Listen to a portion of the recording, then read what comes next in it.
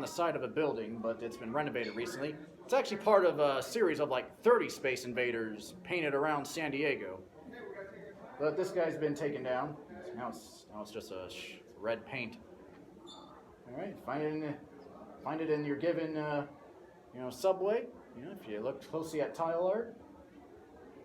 I know there was that incident in 2007 where they put the Moonanites on in a subway and it turned into a bomb scare. So yeah, they can light up too. If you want to make pixel art you can hold, get perler beads. Get patterns and iron them, and there's your perler bead pixel art. You can also use post-it notes. This is like a 16 8-bit Iron Man. Posted in the inside of a building on windows. All right, and hey, there's an old school looking Vault Boy from Fallout in the museum in Washington D.C. So yes, it's been a recognizable art style, and that we still recognize, and it can be marketed. It's very present in the bit style, 8-bit, 16-bit, represented in media as well. So that's how we do the video game episode. You look all pixelated and squarey.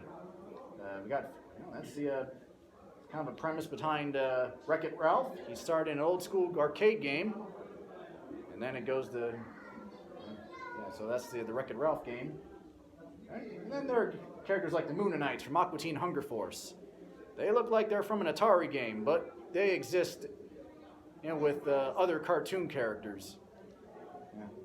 All right, and then there was this show. Ever watched Code Monkeys? Yes. Yes. Anyone? So when G4 was going through changes, they put a show called Code Monkeys on the air. It takes place in the 80s. It looks entirely like a video game. It's about these video game developers in the early 80s, and yeah, they look like video game characters themselves. Yeah, go on YouTube. I think all the episodes are there. It's pretty funny if you're into adults, comedy. All right, so yeah, Adventure Time, Cloak and Dagger, Futurama, they have their video game episode.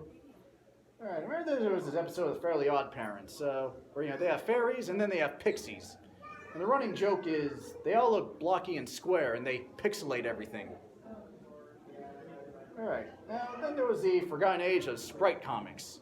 See, between 2000 and 2007, people were just taking video game graphics and making comics out of them. We called those sprite comics. Now, these are comics anyone can make. Now, I know some of these were pretty funny, and we don't want to, crap on their style, but a lot of them were just words on images, and we feel like it wasted our time, and we didn't laugh. But there were some good ones.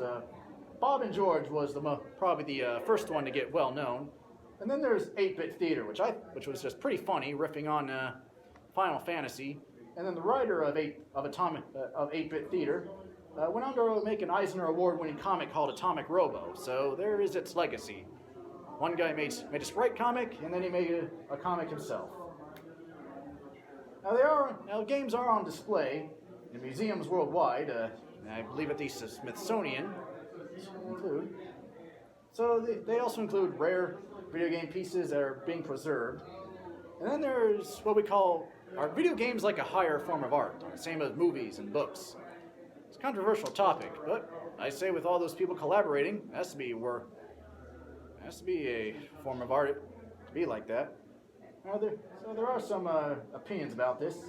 According to Time magazine, they're the only medium that allows for personalizing the artistic experience.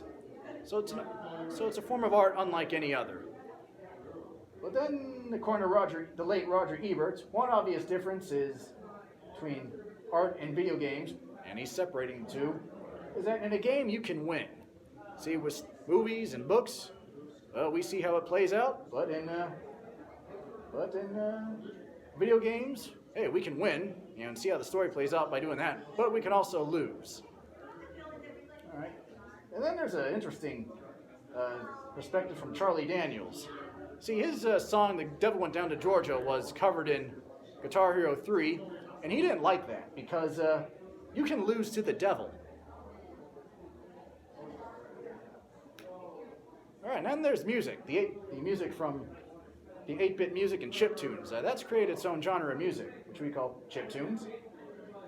The Commodore 64 and the Game Boy were common vintage instruments because for their sound chips. All right, so there's a band called the Yellow Magic Orchestra. You know, their remixes of video game music had an influence on later big games, you know, for the arcades and systems. All right, now I'm gonna skip this thing on frequency modulation synthesis because I forgot what it is. All right, there are programs for a Game Boy called Nanoloop and Little Sound DJ for making, you know, chip tunes out of this. All right, and there are heavy metal and other musicians covering video game music. So video game rock anthems, they're out there. There's Power Glove. And there's also one called Super Mad NES or Super Madness. There's also Kirby's Dream Band.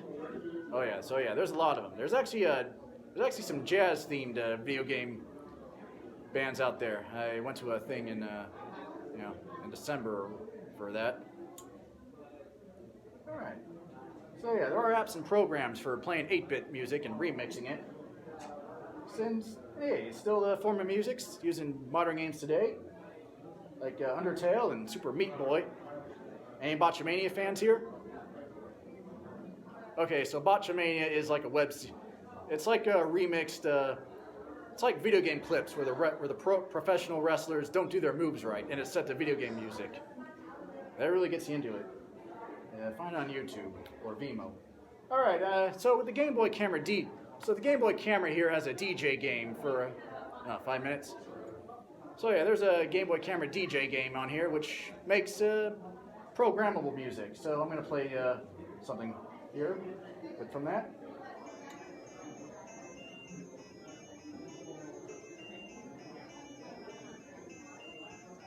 Anyone recognize that? Good. Normally I give out prizes, but I forgot them. Yeah, there were these, I 3D print these things to give out, but I forgot. So yeah, this looks like a keyboard, and if you can transcribe your notes to the keys here, one at a time, and it plays it, and it loops 16 beats. I got another one here, but you know what, I'll play that anyway. You know what, I'll do that anyway. Game Boy Camera DJ meets Switch Cardboard. Anyone recognize that? Billie Jean. All right, how many game developers we have here? We want to make games. Okay, well, there are some programs you can download for making games. We got Game Maker Studio, which is how Hotline Miami and Undertale were made. Unity, which has Thomas Was Alone and Cuphead. But you have to pay for VR support and more of the features. And then these all have communities around them, most of them. So there are resources so you can get into making games today. But so yeah, there's Adventure Game Studio, RPG Maker, Sprite Kit, Twine, Game Salad, and there's a new one called Godot or Godot. So yeah, there are plenty of ways to make retro-style games, and they're probably going to be cheaper to make than other types of games. So do consider that if you're going to start into game making.